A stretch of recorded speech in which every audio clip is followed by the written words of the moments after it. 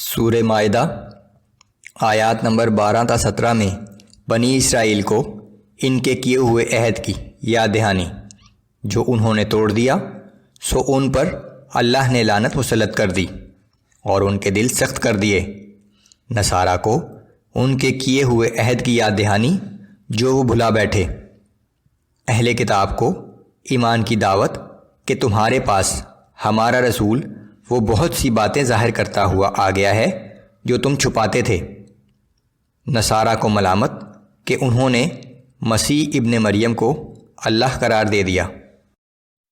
اعوذ باللہ من الشیطان الرجیم وَلَقَدْ أَخَذَ اللَّهُ مِيثَاقَ بَنِي إِسْرَائِيلَ وَبَعَثْنَا مِنْهُمُ 12 نَقِيبًا، اور بے شک اللہ نے بنی اسرائیل سے بھی عہد لیا تھا اور ہم نے ان میں سے 12 آدمیوں کو ذمہ داری کے لیے سربراہ مقرر کیا تھا۔ وَقَالَ اللَّهُ إِنِّي مَعَكُمْ لَئِنْ أَقَمْتُمُ الصَّلَاةَ وَآتَيْتُمُ الزَّكَاةَ وَآمَنْتُمْ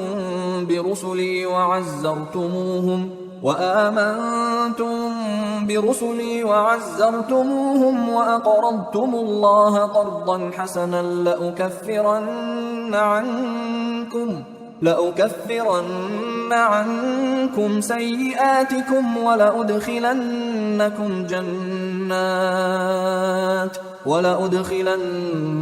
جنات تجري من تحتها الأنهار۔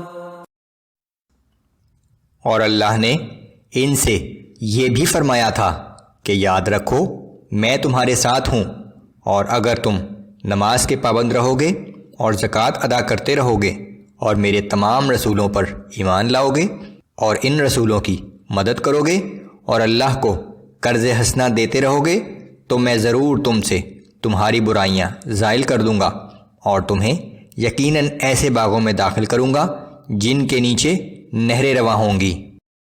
فمن كفر بعد ذلك منكم فقد ضل سواء السبيل۔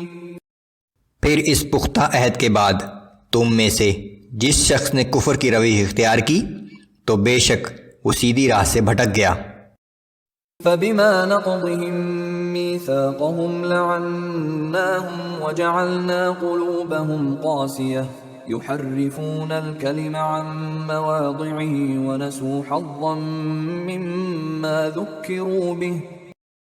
پھر ان لوگوں کے اپنے عہد کو توڑنے کی وجہ سے ہم نے ان پر لعنت کی اور اپنی رحمت سے دور کر دیا، اور ہم نے ان کے دلوں کو سخت کر دیا، اور اب ان کی حالت یہ ہے کہ وہ لوگ کلام الہی کے کلمات کو ان کے حقیقی مقامات سے بدل دیتے ہیں، اور جو نصیحت انہیں کی گئی تھی اس کا ایک بڑا حصہ یہ لوگ بھول چکے ہیں۔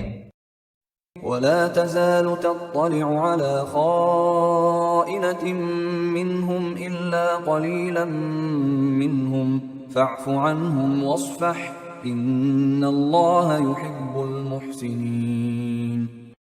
اور ان میں سے سوائے چند لوگوں کے آپ کو اکثر ان کی کسی نہ کسی خیانت کا پتہ لگتا رہتا ہے۔ بہرحال آپ انہیں معاف فرما دیجئے اور ان سے درگزر فرمائیے، بے شک اللہ تعالیٰ پرہیزگاروں اور خلوص کے ساتھ نیک اعمال کرنے والوں کو پسند فرماتا ہے۔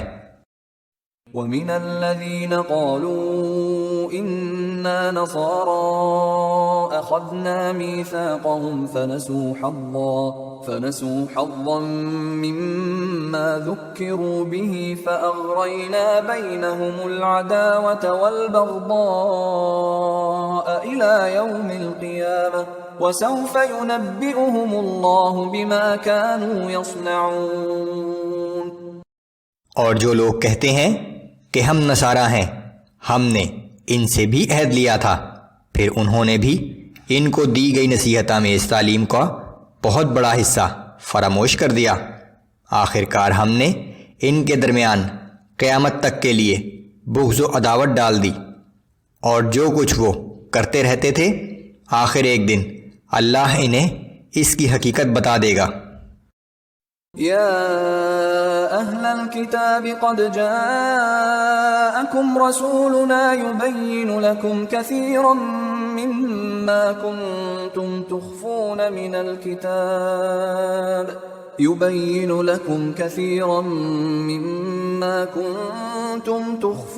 من الكتاب ويعفو عن كثير قد جاءكم من الله نور وكتاب مبين۔ اے اہل کتاب، بے شک تمہارے پاس ہمارا یہ رسول آیا ہے جو تمہارے سامنے کتاب الہی کی اکثر وہ باتیں جن کو تم چھپایا کرتے تھے کھول کر بیان کر دیتا ہے، جبکہ بہت سی باتوں سے درگزر کرتا ہے۔ بے شک تمہارے پاس اللہ کی طرف سے حق کی روشنی اور ایک روشن کتاب آ چکی ہے۔ يهدي به الله من اتبع رضوانه سبل السلام ويخرجهم من الظلمات إلى النور بإذنه ويهديهم إلى صراط مستقيم۔ اللہ اس کے ذریعے ان لوگوں کو جو اس کی رضا کے طالب ہیں سلامتی کی راہیں بتاتا ہے، اور اپنے حکم سے انہیں تاریکیوں سے نکال کر روشنی کی طرف لاتا ہے، اور انہیں اپنی توفیق سے راہ راست دکھاتا ہے۔ لقد كفر الذين قالوا ان الله هو المسيح ابن مريم۔ یقیناً ان لوگوں نے کفر کیا جو کہتے ہیں کہ مسیح ابن مریم ہی اللہ ہے۔